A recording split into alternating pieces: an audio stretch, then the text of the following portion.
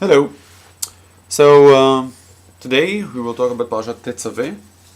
We will talk about the first Midrash in Parashat Tezaveh. And so says the Midrash. Yilamdenu Rabenu, Katan lekama nimol. When is a newborn circumcised? Now, for those of you who don't remember what Parashat Tezaveh is about, it's all about building the Mishkan, and it has not a word about circumcision.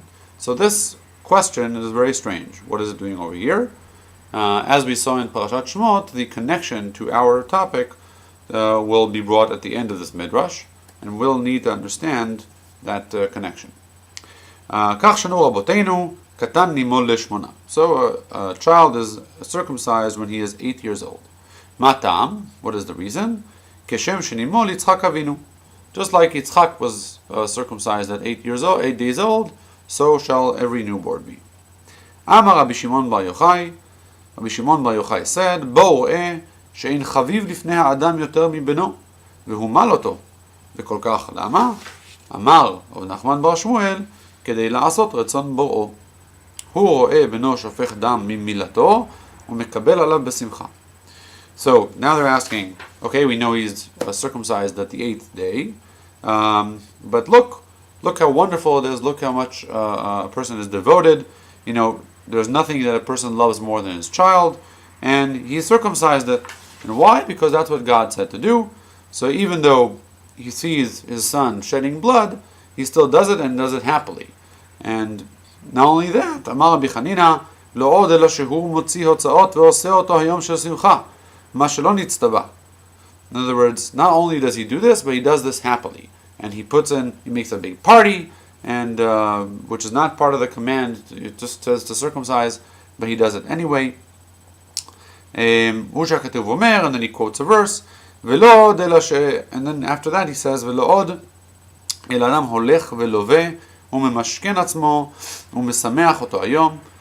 period.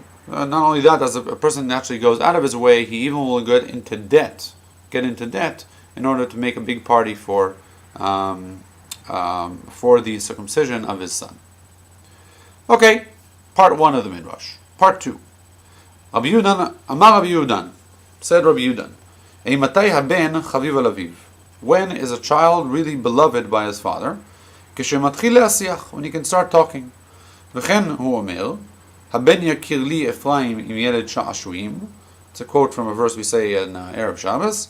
And then it mentions a yeled sha'ashuim, a child you can toy with or play with. Mahu yeled sha'ashuim. What does it mean to have a child that you can play with? Kemen shalosh kemen arba, shu matchil le'asiach, mishta'asheh le'aviv. A 3 or 4 year old who you can play with already. He's not just a baby, yet he's not mature. A little baby, a little kid you can play with a bit. It's definitely a very fun, very aggravating, but also very fun age.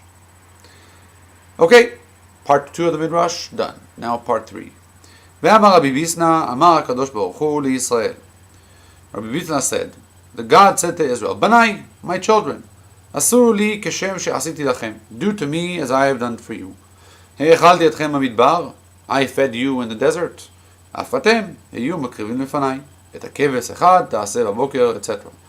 So just like I fed you, you should feed me. You should give me korbanot, give me sacrifices. V'chatzcha b'mayim. In Yechezkel it says that I washed you in water. You too, afatem asuli kiyol. Make me a basin of water in the Mishkan. And then it gives a whole list of things that happened in the Mishkan that basically parallels the way God took care of Israel and the way Israel has to make the Mishkan. So God anointed Israel in oil in some symbolic sense, and so they should anoint the parts of the Mishkan with oil, etc., etc. And then it finally connects to our verse, mentions the bread that was in the Mishkan, and then finally it says, "Ve'Hashem olech lifnehem yomam," and God goes before them in the day with the pillar of fire and pillar of cloud. V'kenegdo tzav b'nei Yisrael lehalot ner tamid. So, compared to in response, people of Israel should have a constant candle lit in the menorah in the Mishkan. So 3 parts to the Midrash, all seeming to be completely disconnected from each other.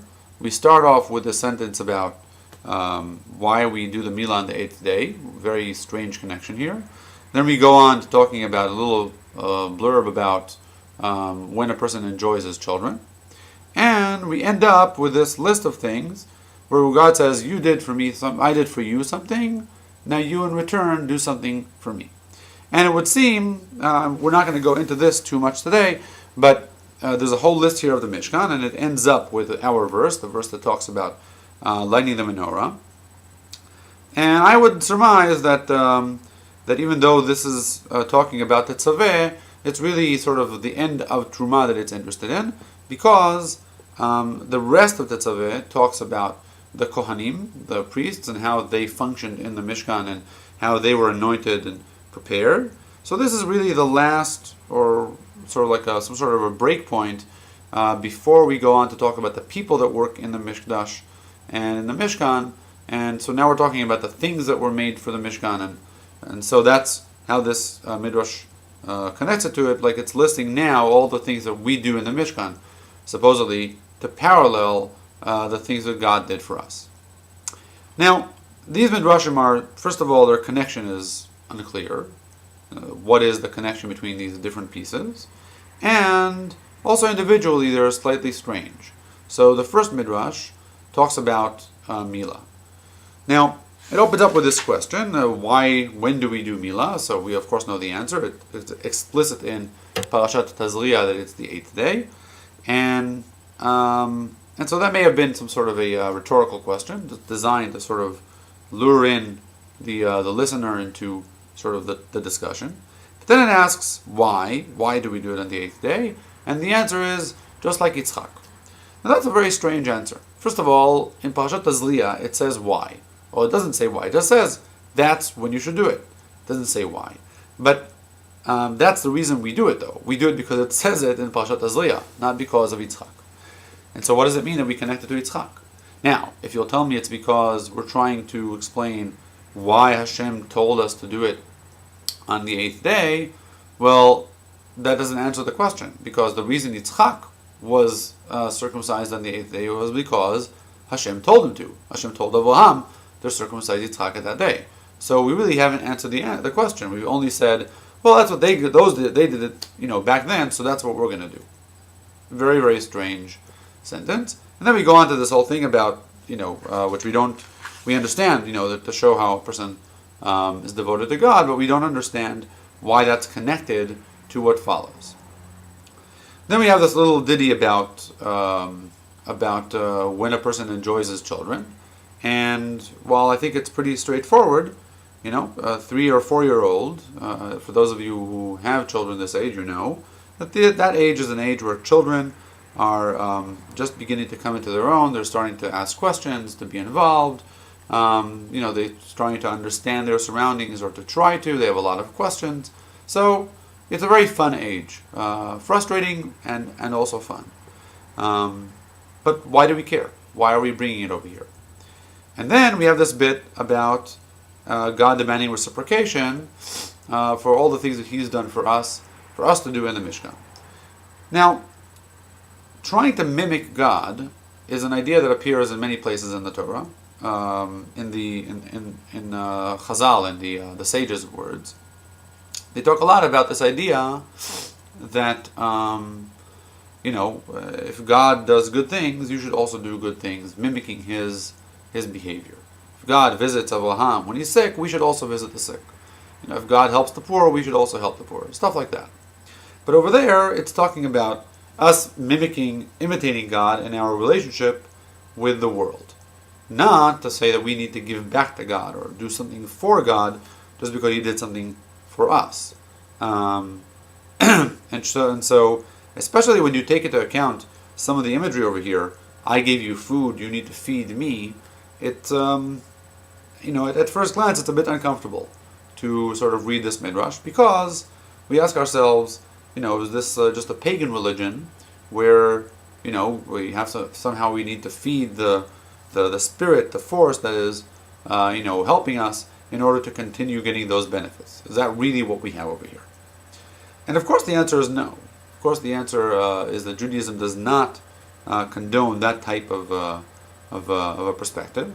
But then, if that's so, what is going on over here? And in general, what's going on in this whole midrash? What is it trying to say? How does it all fit in together? So I think that the answer is, of course, that middle section, and that's going to be the key to understanding everything that we see here. That and the fact that the third part begins, Amar HaKadosh Baruch Hu Yisrael, when God tells Israel to sort of reciprocate what He's done for them, He starts with the word Banai, my children, which immediately should connect us to the first two pieces, which talked about the relationship between parents and children. So, what is the key to understanding? I believe if we think about that connection, the connection to the way we think about 3-year-olds and how a parent enjoys them, that will explain everything in this midrash. What is it that we enjoy about 3-year-olds or 4-year-olds? When they're 3-year-olds or 4-year-olds, like I said, they try to start to involve themselves and be part of the adult world around them. But of course, they don't understand anything real about the adult world. And us parents, we try to somehow translate the confusing surroundings into something clear and understandable to them. And as part of that process, they also want to be part of the day-to-day activities and help and support and be part of all the things that go on. So they like to set the table, and they like to wash dishes, and they like to clean, they don't like cleaning up their toys, but if it's clearing the table, sure, they'd like to do it too, because they want to be part of that world that surrounds them. And when a child can start asking questions, can start trying to be part of that world that the grown-ups are part of, it's very gratifying for the parent. And not only because, it's not because that there's anything really pragmatic that's being achieved by the child. The child isn't really inventing, the next sort of, a PC or really affecting the external world. He's also not really helping me as a parent, though maybe once or twice they'll assist me a little bit. But that's not really the reason that I'm happy. It's not because, now they're productive. The reason that I'm happy as a parent is because I like seeing them try. I like seeing them want to be part of that world around them, want to help, want to achieve something. It's exactly that feeling, right, that we're interested in, that we want them to, we want to sort of reward, and not the achievements themselves. They may think that the achievements are important. They don't understand that it's all just a game. Because for them, the distinction between game and real is not very clear at this point in their development. But what we are rewarding is that wish, that willingness, that drive to participate and to contribute. In the same way, our relationship with God is very much similar. We really can't affect God, nor can we really affect reality. Sure, we're given free choice and we can do things, but everything in the end is up to God. We say, Rabot machshavot belevish, v'atzat Hashem yitakum.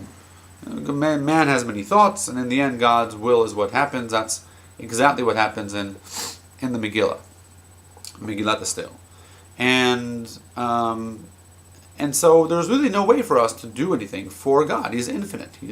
He has everything that He may ever want. If even that sentence can be parsed logically with regards to the infinite.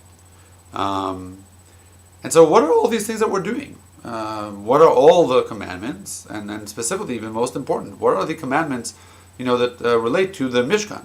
All the commandments are somewhat of a riddle.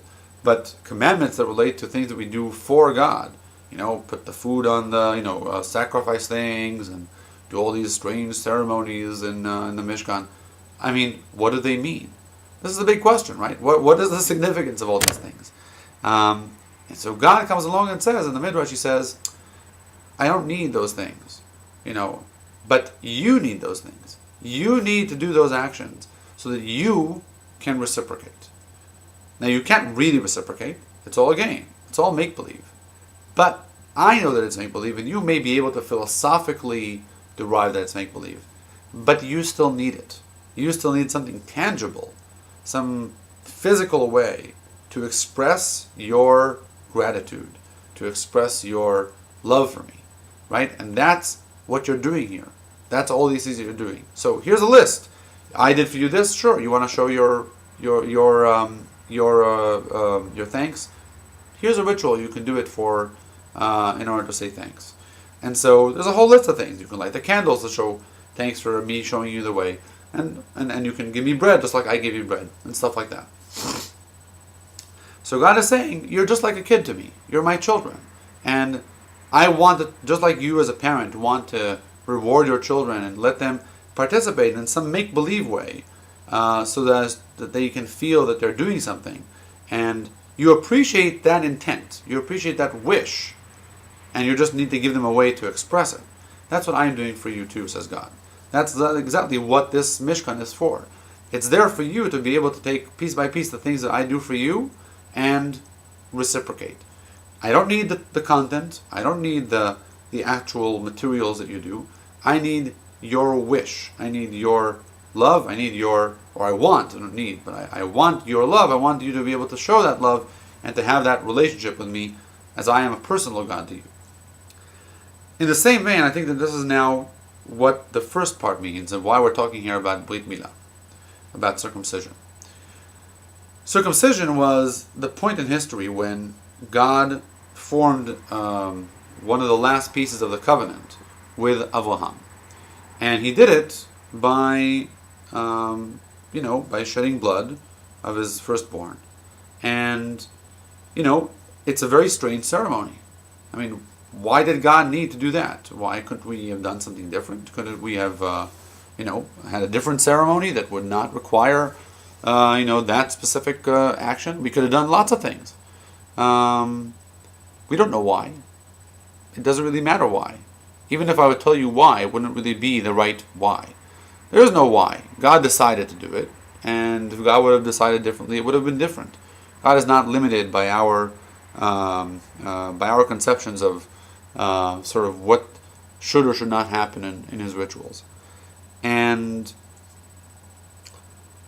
because of that, when we come along and say we want to also be part of that covenant, we also want to be to sort of continue that sort of that chain, and also pass on to our offspring that they should also be part of that covenant, part of that relationship with God.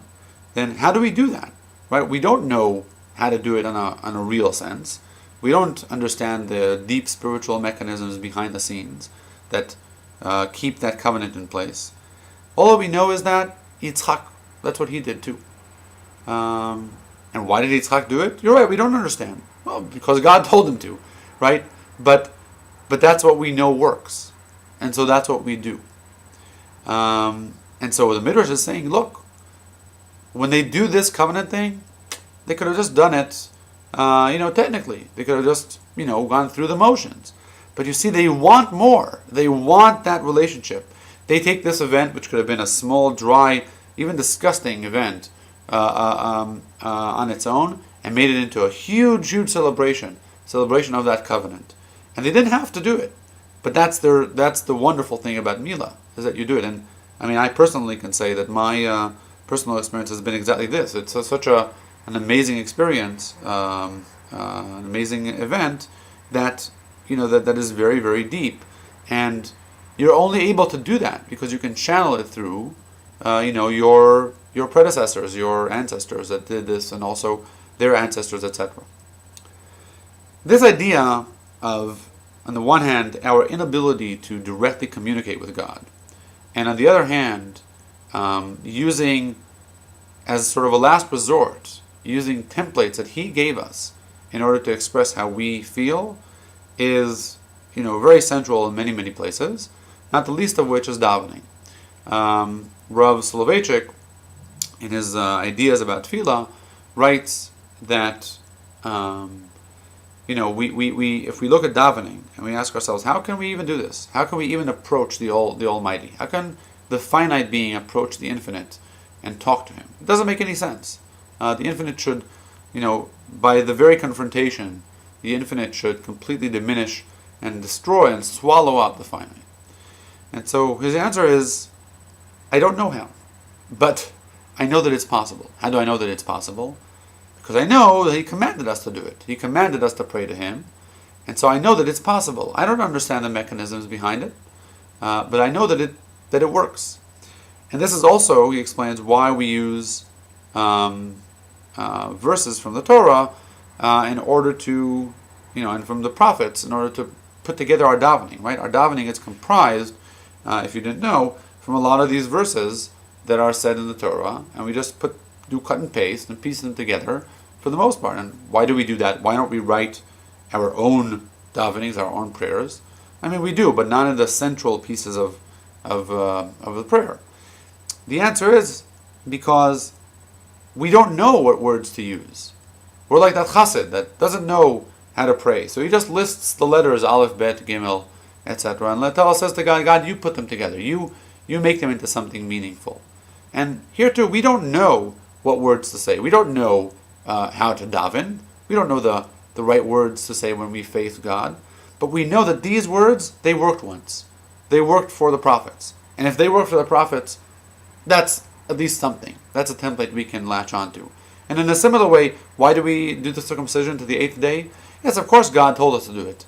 But why do we do it? Because it worked. It worked for Yitzchak. Because that's when it worked for Yitzchak. And we want that. We want that connection. And that's the only way we know to get it. And so God is saying, I'm doing this for you. You're the ones who need this mission. You need a place to make your drive physical, to make your drive concrete. And that's what it's going to be. And so it's not that I need the food, but you need to be able to show your gratitude for getting food. You need to show the gratitude for getting clothes, for being washed with water, for being anointed with oil, for all these things here in the Mishkan, and by projection also the rest of the commandments. This is where you can do that. So Shabbat Shalom, and see you next week.